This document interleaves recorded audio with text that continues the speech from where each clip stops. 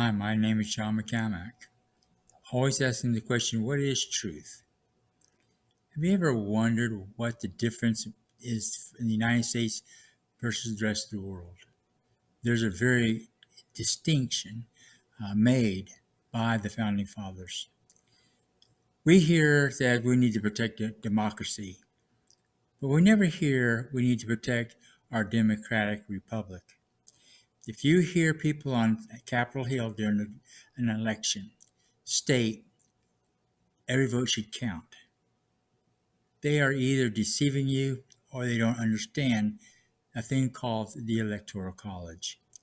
I know a lot of people saying that it's archaic and they need to get rid of it. No, those people that are saying that just don't understand it. Do your own research. Don't listen to the politicians or the major media. Do your own research. I'll give you some information as far as where you can go to get that information on the Electoral College. Our founding fathers saw that we are not a pure democracy. Democracies don't work around the world. They either become communist or socialist. So they put in a special thing called the Electoral College, in particular the voting for the President of the United States, because it was so important. It is a responsibility of the Supreme Court to protect this, that we would continue to be a democratic republic. But it's up to you. I lay out several things in regards to this very question. Therefore, if you don't know the difference between all the votes should count, which sounds logical, versus all of America should be heard, you need to hear this lesson.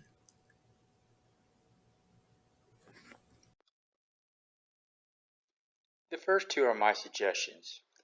This is followed by what has already been established. Number one, mandatory that the Electoral College be taught in all public schools. The Founding Fathers spent extra time on the election of the President because of its importance. It is the primary reason we are a republic, not a pure democracy. Number two, ID and proof of citizenship required to vote should be enforced. This is not an addition to the Constitution. It is a clarification of something that should be understood. Obvious. The following is the U.S. citizenship requirements, understanding the naturalization requirements for green card holders, and the URL you can find at the bottom. You must be an American citizen to vote. What are the requirements for U.S. citizenship? In order to become a U.S. citizen, all naturalization applications must be met the following requirements unless they qualify for an exemption or apply based upon their U.S. military service. Be in the minimum required age, typically at age 18. Continually and physically live in the United States as a green card holder for a certain number of years. Establish residencies in a state or the United U.S. Citizenship and Immigration Services district where they intend to apply. Have good moral character. Be proficient in basic spoken and written English and demonstrate knowledge of the U.S. history and government. Register for the military service if a male of a certain age, and be willing to perform civil service when required. Swear allegiance to the United States.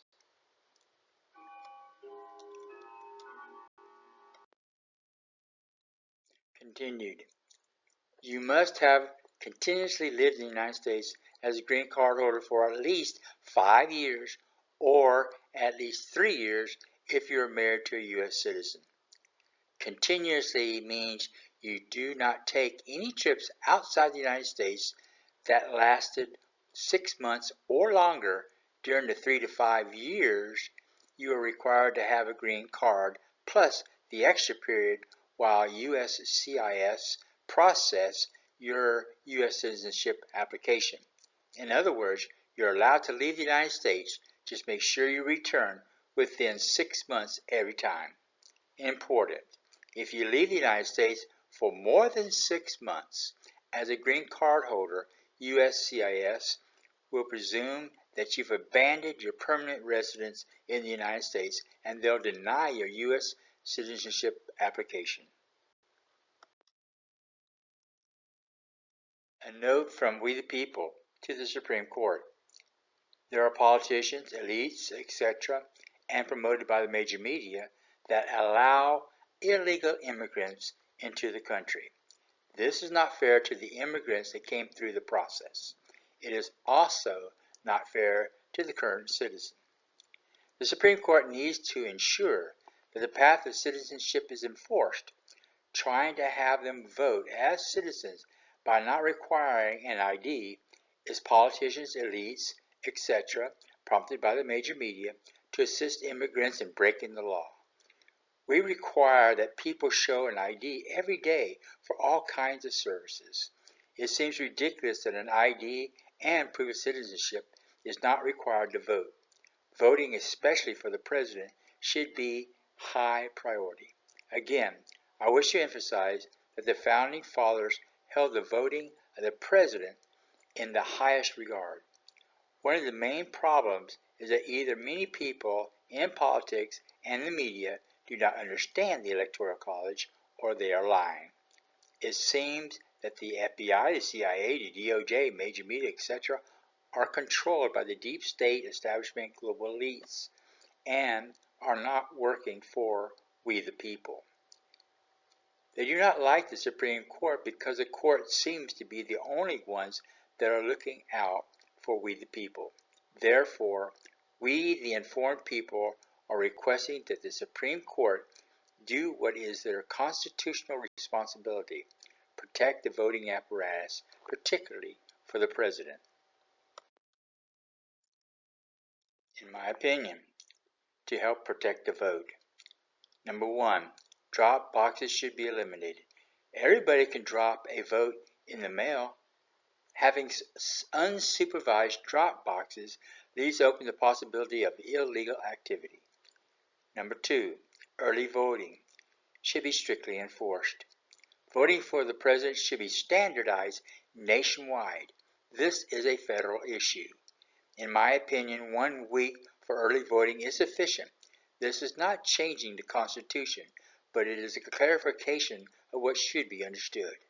All other voting can be directed by each state, as long as any longer period encourages illegal manipulation. Number 3, all vote counting should be observed by anyone who wishes to observe. Closed circuit TVs should be set up at every voting precinct. This should be done in a manner that allows oversight yet protects the privacy of the voter. Number 4, voting machines should be regulated with specific instructions to protect the integrity of the voting system. Physical records should be used as backups. The voting apparatus should not be political. It is the responsibility of the Supreme Court to protect all aspects of the voting apparatus. This is a constitutional, not a political issue.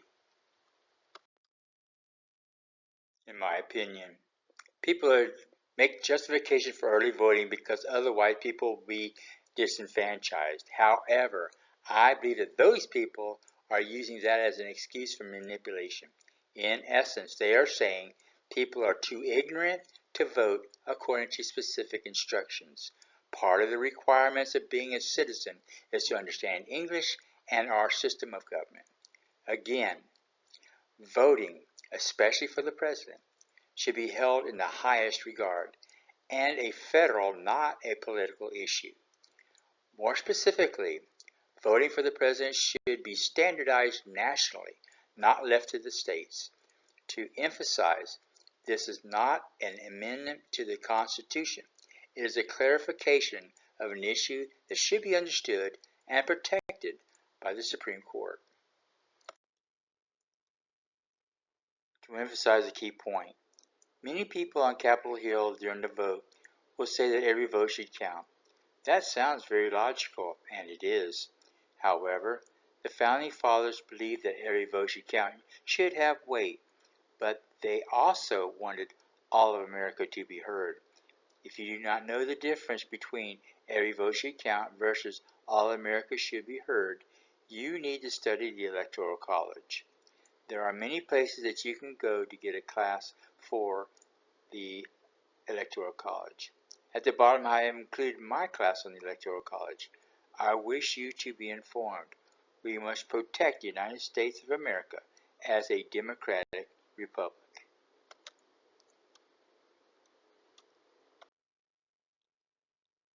The requirements for voting and citizenship have already been established by we the people. It is our government which is not following what we the people have already established. We are a democratic republic, not an aristocracy.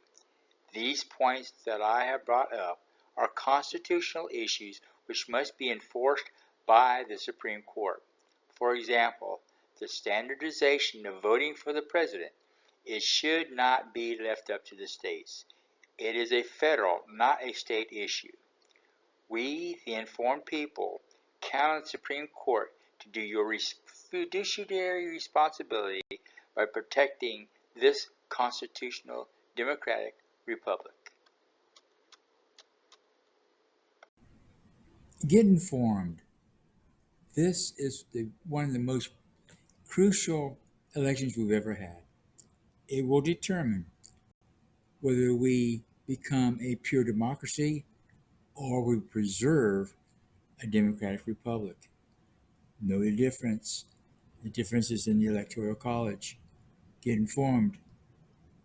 Don't be indoctrinated or uninformed, please. This is John McCamack, thinking out loud, asking the question, what is truth? Till next time, God bless.